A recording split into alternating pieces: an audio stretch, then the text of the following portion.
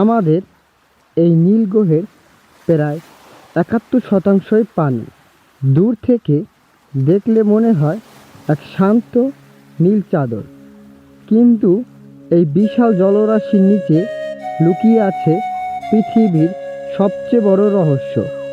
সমুদ্র কেবল পানি নয়, এটি পৃথিবীর ফুসফুস, আমাদের বেঁচে থাকার মূল শক্তি। বিজ্ঞানীদের মতে পৃথিবীর প্রথম পানির স্পন্দন জেগেছিল এই সমুদ্রে। আজ প্রায় ২ লাখেরও বেশি প্রজাতির পানির আবাসস্থল এটি।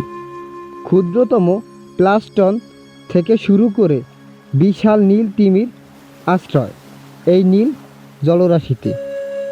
আমরা যা শ্বাস নেই তার অর্ধেকেরও বেশি অক্সিজেন তৈরি করে সমুদ্রের তলদেশের উদ্ভিদরা। সমুদ্র পৃথিবীর তাপমাত্রাকে নিয়ন্ত্রণ করে। সূর্যের অতিরিক্ত তাপ শোষণ করে নিয়ে এটি পৃথিবীকে শীতল রাখে।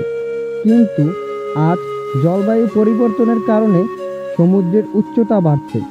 মানুষের তৈরি দূষণ আর প্লাস্টিক এই বিশাল বাসস্থানকে বিপন্ন করে তুলছে। সমুদ্র আজ ভালো নেই, আর সমুদ্র ভালো না থাকলে আমাদেরও অস্তিত্ব হুমকির মুখে। সমুদ্র আমাদের শেখায় বিশালতা, শেখায় ধৈর্য।